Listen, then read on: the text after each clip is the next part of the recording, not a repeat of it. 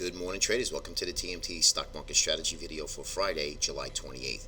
All right, traders, we did have a nice trading day yesterday. Markets actually rallied early in the morning, and then right around lunchtime, a little after that, we had major sell programs hitting the FANG stocks: Facebook, Apple, Amazon, Netflix, Google. And we talked about this for many weeks and actually a few months, that the trade right now is buying FANG stocks and selling the VIX. And when that trade unwinds, it's going to get really ugly. Now, we had another massive down day, a massive distribution day, just like we did here when NASDAQ sold off about last month. So did we do any technical damage? Not in the ES, but we did so in the transports. The transports is our leader, and it's actually now giving us a big warning sign that this market is pretty much done going to the upside. I'm not calling a top just yet. You know, my target here is 25 to 25.50. We were 20 points away from our first target of 2500. 2080 was the high.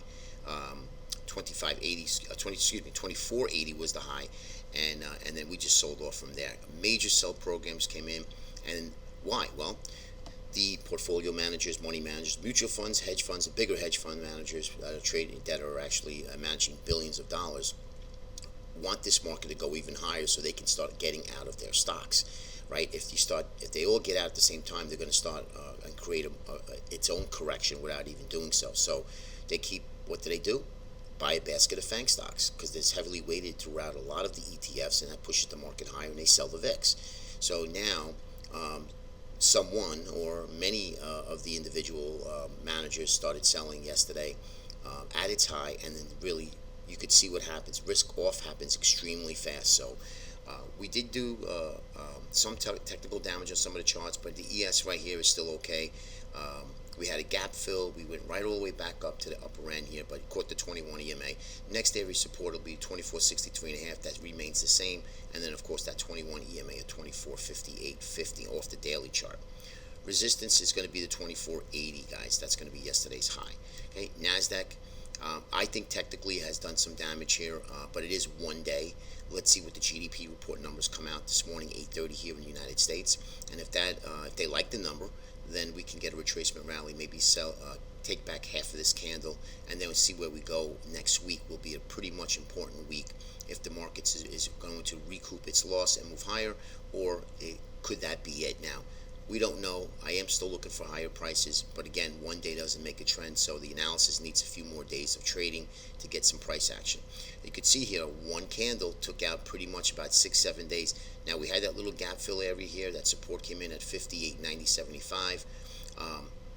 That's the upper end here, that high. But remember, like we did here, we sold off, we rallied a little bit, we sold off again, got everybody short, and now we rallied again for about 12 trading days. You can't do all of this. Like these trading days just happens. They just go so slow, and they just continue to go higher, and then one down day, and then you rip higher. So this is the format. You could see one down day, you go about 8-9 days. You roll over slowly, you rip, one down day, up again, one down day, up again, and then they go down a few days, and then now we're doing the same thing. So the pattern is repetitive. You can see that, and we're going to see if there's that going to happen again, or we're going to go down to possibly this downtrend line here, and that coincides with the lower end of the TMT proprietary price channels, and then move higher yet again. That's possible. Obviously, no one knows, but we'll see what happens. But technically, we've done some damage in the in our charts. Now, crude oil, we talked about the commitment to trade reports, as you know, on Monday and every Monday about crude oil, that the hedgers started to hedge their bets again. Now, again, it's not a timing tool. However, I think things have started to change a little bit, and even though there's a glut of oil, a glut of supply, we all know that it doesn't matter. When OPEC's starting to talk oil up again, and there's a lot of hedge funds long, speculators long crude oil. So when that does change, it's going to turn around. It's going to be pretty nasty. Now, personally, I am on a neutral stance with gold. With crude oil. If anything, I'd be looking for deep pullbacks today to buy crude oil, not to short it. Okay, until it gets back below the 47.5, 47.25 area, which is this area here, and then we're looking for lower prices. But as of right now, if anything, we would come in and probably back test this, create some sort of a bull flag for a next target of 51.71, and that might be the ticket here where crude stops and starts to go lower again. Remember, it's geopolitical risk in the crude oil. There's a lot of factors involved. Oil producing nations, they're not making money. Venezuela's dead broke, like many other countries, because they can't make money on crude oil, what they take out of the ground. So they're going to do whatever they can to keep crude oil as high as possible. But again, longer term, I'd be selling big rallies in crude. But in the short term, as of right now, today, intraday, we look to buy deep pullbacks in crude. Okay. ZB kind of quiet. I'm not really looking to do much in this ZB. We either got to break below 151.19, or we got to take out this pivot swing high at 154.25 for higher prices. Right now, it's pretty much dead money, so I'm just going to stay away from it. But these are your levels for today's trade, guys. Next is going to be GDX. And we talked about gold. We talked about how gold is coming into seasonal strength. I had a big update yesterday, the previous day. Now we're selling off here a little bit yesterday. So we're still really, GDX has not really shown us anything that it wants to go higher. Yeah, we did get a retracement rally, and I think that's all it is. We're small and corrective. I do think we can get one more big sell-off. If we get another big sell-off and we pivot here, or make anywhere in this area, we'll make a higher low from this previous low, then I think GDX will start to move again. But GDX really is not telling me to get long gold at the moment, although it is in seasonal time of strength.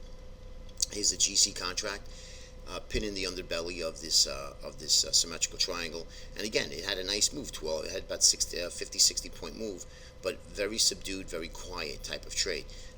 We need to really take out 1294, you can call it 1300 to really get going to the upside.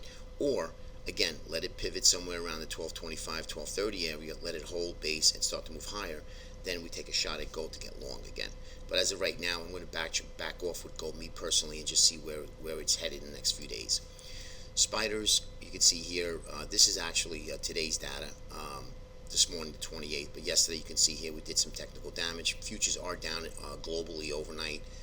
But they started moving higher, and we're down only about 4 handles in the ES. 21 EMA is going to be a spot, like it saved it yesterday, as well as the 244, and then 247, 248 call is going to be resistance for today's trade, spiders.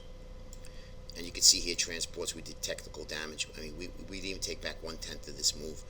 This is a real nasty chart, big distribution candle, MACD, RSI rolling back over again. So this doesn't look pretty. That 200-day moving average at 162.94, pay attention to that. If we break below it and we close below it 2 full consecutive days and we start to move away from it, fund managers will be selling stock. That's just how it works. They buy stock above the 200 on dips, they sell rallies underneath the 200. Okay, that's how they alleviate, and it's a very simple strategy that they use. Not many of them maybe use it, but there's a lot that do use it. And I know of that do implement that. So just you watch that 200. That's going to be your next area of support. And again, the resistance is going to be way up here at the 50-day moving average at 169.85. But technical damage has been done on our main leader of all the indices that we follow. Secondary leader, again, technical damage has been done, but did catch the TMT proprietary price channels of the upper end of 141.60 and then the lower end of 140.28. Okay, those are your 2 areas of support for today's trade. Resistance will be the high of 144.19 in the IWM. Okay, and last is going to be your Qs, and again, like I mentioned, we caught the uptrend channel here and the 21 EMA, so that's going to be remain valid for today's trade at 142.28. Resistance will be the all-time high at 145.89. Not much resistance over there, so if we do get a rally today and you're looking to short against that, I'd keep a real tight stop and reduce your share size or your contract size if you trade in the NQ. All right, traders, be careful today. GDP coming out at 8:30 today Eastern. Let's see what happens and see what the numbers and how the market participants react to the number. And then also, of course, we'll be dissecting the full commitment of trade reports on Monday in gold and crude oil as well for setting up for next week's trade. Have a great weekend, and we'll see you on Monday.